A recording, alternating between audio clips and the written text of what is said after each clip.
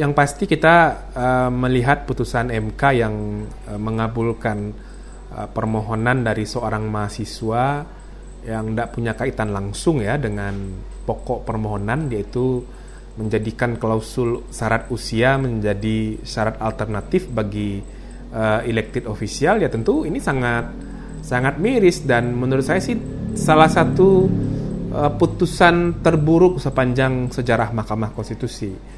Sebab putusan ini menunjukkan adanya inkonsistensi yang sangat terbuka dan membuat kita menjadi bertanya-tanya kenapa MK mesti seaneh ini gitu.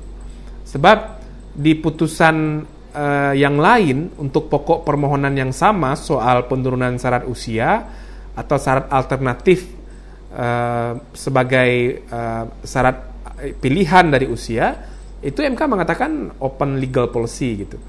Tapi di hari yang sama juga MK mengatakan ini bisa dikabulkan sepanjang yang bersangkutan pernah atau sedang dalam jabatan yang dipilih melalui proses pemilu atau sering disebut juga dengan elected official gitu. Dan putusan ini juga penuh dengan konflik kepentingan menurut saya. Karena dalam permohonan ini pemohon menyebutkan karena dia mengidolakan Gibran, wali kota Solo, yang notabene itu adalah ponakannya ketua MK, tapi permohonannya dikabulkan begitu.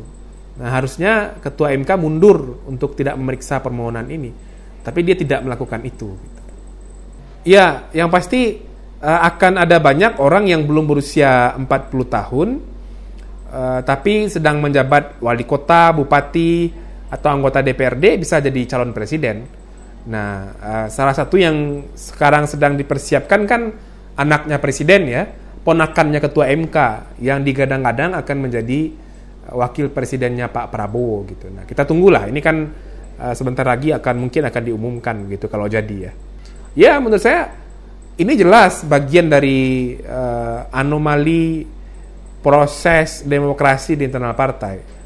Ini menyuburkan dinasti politik gitu. Seberapa kuat pun presiden dan keluarganya membantah bahwa ini bukan dinasti politik, tapi ketika Anda sedang memegang kekuasaan menjadi presiden, lalu anak, menantu Anda jadi kepala daerah yang kemudian dalam situasi di mana dia menyingkirkan kader partai yang sudah lama dipersiapkan partai untuk menjadi kepala daerah, yaitu politik dinasti. Pertanyaannya, apakah anak dan menantu presiden itu akan dicalonkan atau akan mencalonkan diri, atau jalannya akan selapang ini ketika dia bukan menjadi anak menantu presiden untuk menjadi kepala daerah?